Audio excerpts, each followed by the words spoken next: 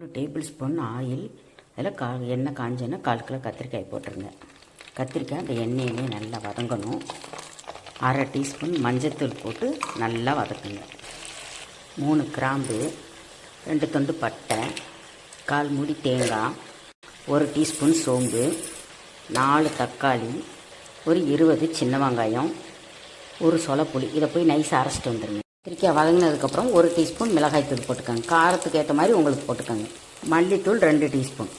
ஒரு கிளறிடுங்க. கலந்து விட்டுட்டு அரைச்ச விழுதை எடுத்து போட்டுருங்க.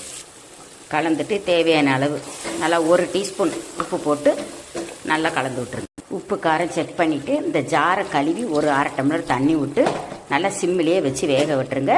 கத்திரிக்காய் எல்லாம் வெந்து எண்ணெய் பிரிஞ்சு வந்தோடனே எண்ணெய் கத்திரிக்காய் கிரேவி ரெடி. ஊற்றின எண்ணெயெல்லாம் தெளிஞ்சு அந்த பச்சை வாடை போக நல்லா எண்ணெய் பிரிஞ்சு வந்துருச்சு. இப்போ ஒரு அருமையான சுவையில் எண்ணெய் கத்திரிக்காய் ரெடி.